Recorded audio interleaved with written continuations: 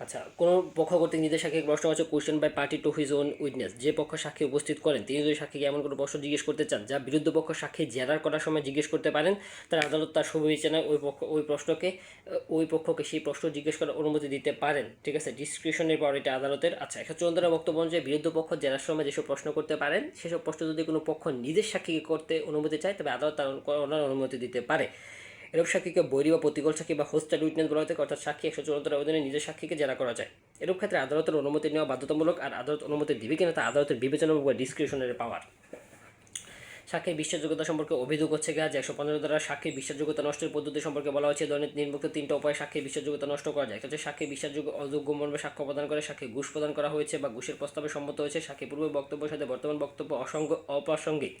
3টা বিষয়, ঠিক আছে। বিশ্বাস অযোগ্য মর্মে সাক্ষ্য প্রদান করে, ঘুষ গ্রহণ করে এবং পূর্ববর্তী বক্তব্যের সাথে বর্তমান বক্তব্য অপ্রাসঙ্গিক। ঠিক আছে, সাক্ষীকে যদি মিথ্যা কথা সাক্ষী যদি মিথ্যা কথা বলে থাকে তবে তা পরে তার বিরুদ্ধে মিথ্যা সাক্ষ্য দেওয়ার অভিযোগে ফৌজদারি মামলা করা যাবে এই ব্যাখ্যা পূর্ববর্তী 153 ধারা অনুসারে। ঠিক আছে। আচ্ছা, আর জবানবন্দির সময় একজন সাক্ষীকে অপর একজন সাক্ষীকে বিশ্বাস অযোগ্য বলে সাক্ষ্য দেয় তবে জেরার সময় তাকে প্রশ্ন করে বিশ্বাসের অযোগ্য বিষয়ে কারণ দিয়ে জেনে নেওয়া যেতে পারে।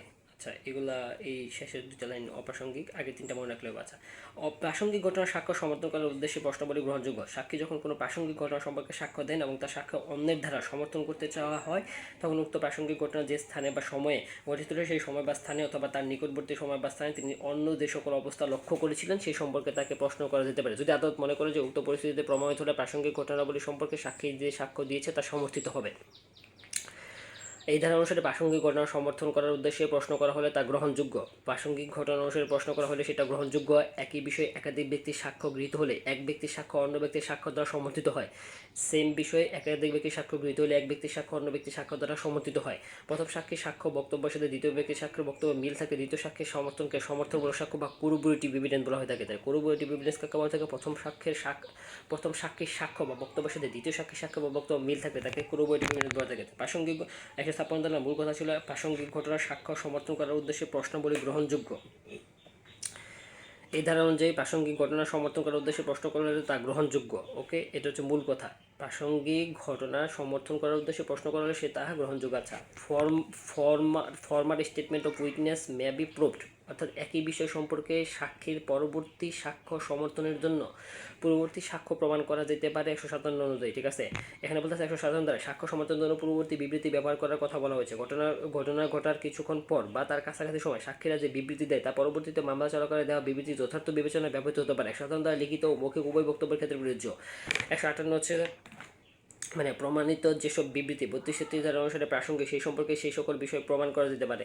মানে 32-33 ধারা অনুসারে প্রাসঙ্গিক কোনো বিবৃতি যখন প্রমাণিত হয় তখন উক্ত বিবৃতি বিরোধিতা ও সমর্থন করার উদ্দেশ্যে অথবা উক্ত বিবৃতিতে তার বিশ্বাসযোগ্যতা বিরুদ্ধাচরণ বা সমর্থন করার জন্য এমন সকল বিষয় প্রমাণ করা যেতে পারে যেগুলো উক্ত ব্যক্তিকে সাক্ষী হিসাবে ডাকা হলে প্রমাণিত হতো এবং তা জেরার সময় উক্ত সকল বিষয় ইঙ্গিত করা হলে সেগুলো সত্যতা তিনি স্বীকার করতো। তাহলে উক্ত ব্যক্তিকে সাক্ষী হলে সেগুলো প্রমাণিত হইতো এবং তার জেরার সময় উক্ত সকল বিষয় ইঙ্গিত করা হলে সেগুলো সত্যতা তিনি অস্বীকার করতো। ঠিক আছে, সেগুলো সত্যতা কী করতো? অস্বীকার করতো। আচ্ছা, স্মৃতি পুনর্জীবিত করা।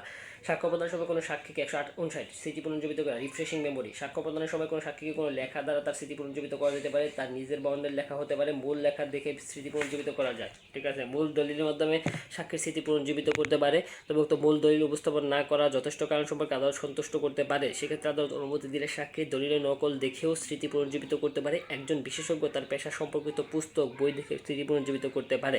তাহলে রিফ্রেশিং মেমোরি হচ্ছে 159। এখানে মূলত কয়েকটা বিষয় নিয়ে কথা বলছে। মূল কথা হচ্ছে এখানে স্মৃতি পুনর্জীবিত করার উদ্দেশ্যে যে ঘটনা সম্পর্কে তাকে প্রশ্ন করা হচ্ছে সেই ঘটনার সময় বা নিকটবর্তী কোনো সময় তার নিজের লেখা এমন কিছু দেখে তিনি দেখে নিতে পারেন যাতে আদালত মনে করতে পারে যে লেখার সময় ঘটনাটা সম্পর্কে স্মৃতি সম্পূর্ণ জাগ্রত ছিল।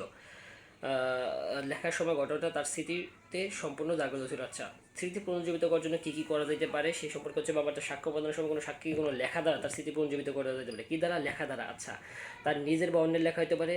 আর মূল লেখা দেখে স্মৃতি পুনর্জীবিত করা যায়, একদম মূল লেখা দেখে দেখানো যায়। তারপর মূল দলিলের মাধ্যমে স্মৃতি পুনর্জীবিত করা যায় এবং বিশেষজ্ঞ বই পুস্তক দ্বারা করা যায়। আচ্ছা, 160 61 এগুলো যে মূল কথা সেটা হচ্ছে তোমার 160 61 এগুলা 61 আছে। 61 দ্বারা 100 ইম্পর্টেন্ট যে right of the adverse party two witness use to refresh memory.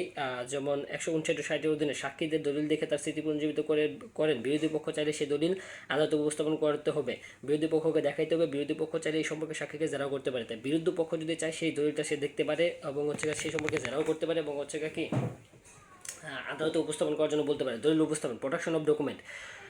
কোনো সাক্ষী দখলে বা আওতায় কোনো দলিল থাকলে তা উপস্থাপন করার জন্য যথাযথভাবে তাকে সমন দিলে তাকে অবশ্যই তা আদালতে হাজির করতে হবে। উক্ত 162 দ্বারা এটা বলতেছে উক্ত দলিল দাখিল করার ব্যাপারে কোনো আপত্তি থাকলে সেই আপত্তি যথার্থ বৈধতা সম্পর্কে আদালত সিদ্ধান্ত গ্রহণ করবে।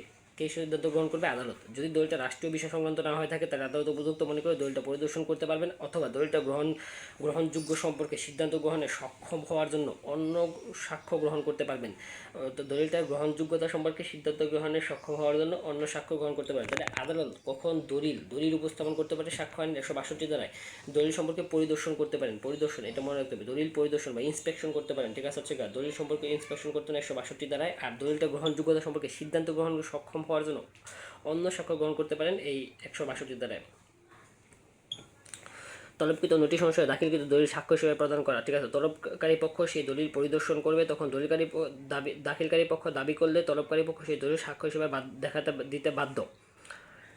কোনো পক্ষ যখন কোনো দলিল তলব করে এবং তা দাখিল করার জন্য অপর পক্ষকে নোটিশ দেয় এবং এরূপ দলিল দাখিল হয় ও তলবকারী পক্ষ সেই দলিল পরিদর্শন করে, তখন দাখিলকারী পক্ষ দাবি করলে তলবকারী পক্ষ সেই দলিল সাক্ষ্য হিসাবে দিতে বাধ্য থাকবে। ঠিক আছে, সাক্ষ্য হিসাবে। তাহলে 163 মূল কথা হচ্ছে গিয়া যে দলিলটা কোর্টে মানে বিপরীত পক্ষ চাইলে দলিলটা কোর্টে উপস্থাপনের জন্য বলতে পারে এবং সেই দলিলটা সাক্ষ্য হিসেবে ব্যবহার করতে পারে। ঠিক আছে, এটা হচ্ছে মূল কথা। আচ্ছা, কোনো একটা পক্ষ কোনো একটা দলিল আদালতে উপস্থাপন করতে বললেও সে করে নাই, কিন্তু পরবর্তীতে যখন সাক্ষ্য দিল তখন সে দলিলটা উপস্থাপন নিয়ে আসলো, সেটা কি হবে? যদি আদালত অনুমতি দেয় তাহলে সেটা তারা করতে পারবে। এটা দেওয়ানি কার্যপদ্ধতির 11 বিধির 15 এর মাধ্যমে উল্লেখ আছে। Order 11 rule 15। আচ্ছা, বিচারক কর্তৃক প্রশ্ন জিজ্ঞেস করা কিছু দাখিল করার আদেশ দানের ক্ষমতা হচ্ছে 165-তে বলতেছে যে জাজেস power to put questions or order production. প্রাসঙ্গিক ঘটনা আবিষ্কার বা প্রমাণ সংগ্রহের জন্য বিচারক যে কোনো সময় যে কোনো সাক্ষীকে বা পক্ষগণকে যে কোনো প্রাসঙ্গিক বা অপ্রাসঙ্গিক ঘটনা সম্পর্কে যে কোনো প্রশ্ন করতে পারে এবং যে কোনো দলিল বা বস্তু হাজির করতে আদেশ দিতে পারেন। এরূপ প্রশ্নের আদেশ সম্পর্কে পক্ষগণ তাদের প্রতিনিধিগণ কোনো আপত্তি করতে পারবে না। এরূপ প্রশ্নের উত্তরে সাক্ষী যা বলবে তা সে সম্পর্কে আদালতের অনুমতি ব্যতীত সাক্ষীকে কোনোরূপ জেরা করা যাবে না। আদালতের অনুমতি জেরা করা যাবে না। কোনো আপত্তি এরূপ প্রশ্ন সম্পর্কে প্রতিনিধিগণ কোনো আপত্তি করতে পারবে না। দুইটা বিষয়, আপত্তি করতে পারবে না, জেরা করা যাবে না।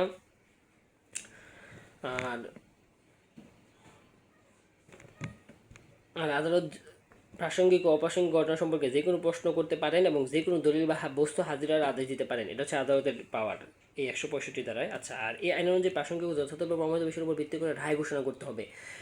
আর এই আইন অনুযায়ী প্রাসঙ্গিক ও যথাযথ 165 দ্বারায় হচ্ছে প্রাসঙ্গিক ও যথাযথভাবে প্রমাণিত বিষয়ের উপর ভিত্তি করে রায় ঘোষণা করতে হবে, রায় ঘোষণা করতে পারে আদালত। ঠিক আছে, তাহলে রায় ঘোষণার কথা কোথায় বলা আছে? 165 দ্বারা। আচ্ছা,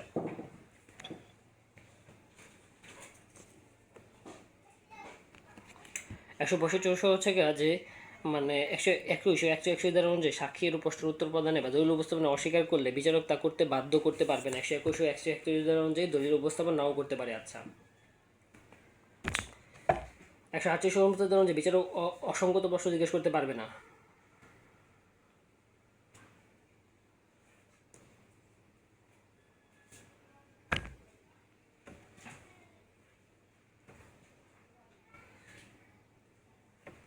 তবে দলিল সম্পর্কে প্রাথমিক সাক্ষ্য প্রদানের যে আবশ্যিকতা রয়েছে, ঠিক আছে, সেটা বিচারক কখনো মওকুফ করতে পারবে না।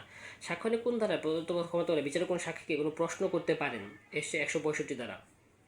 বিচারক কর্তৃক প্রশ্ন জিজ্ঞাসা করা অথবা কিছু দলিল দাখিল করার আদেশ প্রদানের ক্ষমতা 165 হচ্ছে টাইটেলই মূলত। আচ্ছা, এভিডেন্স ধারা 72 কোন ধারায় প্রদত্ত ক্ষমতা বলে বিচারক কোনো সাক্ষীকে কোনো প্রশ্ন করতে পারেন? 165 দ্বারা। আচ্ছা, 167 আমরা যদি দেখি যে অসংগতভাবে সাক্ষ্য গ্রহণ ও প্রত্যাখ্যান করা হলে তার জন্য নতুন করে বিচার হবে না। অসংগতভাবে সাক্ষ্য গ্রহণ বা বর্জন হয়েছে এই অজুহাতে নতুন বিচারে চলবে না বা সিদ্ধান্ত পরিবর্তে দাবি করা যাবে না। অযৌক্তিক সাক্ষ্য বাদ দেওয়া যাবে কিন্তু রায় বাদ দেওয়া যাবে না। এ বিধি ফৌজদারি ও দেওয়ানি উভয় ক্ষেত্রে প্রযোজ্য। 537 ধারা দেওয়ানি ও কার্যবিধির 99 ধারা। ফৌজদারি কার্যবিধি 537 দ্বারা দণ্ডনীয় কার্যবিধি 599 দ্বারা অসংগতভাবে সাক্ষ্য গ্রহণ ও প্রত্যাখ্যান করা হলে, ঠিক আছে, নতুন করে বিচার হবে না। কোনো পক্ষ ক্ষতিগ্রস্ত না হলে শাসক দ্বারা বিধান প্রয়োগ করা যায়, ক্ষতিগ্রস্ত হলে নয়। অসংগতভাবে অনুপযুক্ত উপায়ে সাক্ষ্য গ্রহণ ও প্রত্যাখ্যান করার জন্য মামলার কোনো পক্ষ ক্ষতিগ্রস্ত না হলেই শাসকদের দ্বারা বিধান প্রয়োগ করা যায়, ক্ষতিগ্রস্ত হলে করা যাবে না। তাহলে এখানে একটা কোশ্চেন আসছে আবার 2023 advocacy, no new trial for improper admission or rejection of evidence. The evidence act 1872 বিধানটা প্রযোজ্য সকল বৈচারিক কার্যধারায়। সুন্দর একটা কোশ্চেন করছে এখানে যে সকল বৈচারিক কার্যধারায় এই দ্বারা প্রয়োগ করা হবে, যে no new trial for improper admission, improper মানে অসংগতভাবে সাক্ষ্য গ্রহণ করার জন্য প্রত্যাখ্যান করা হলে নতুন বিচার কি করা হবে, কি হবে না, না হবে না, যদি না ক্ষতিগ্রস্ত হয়ে থাকে।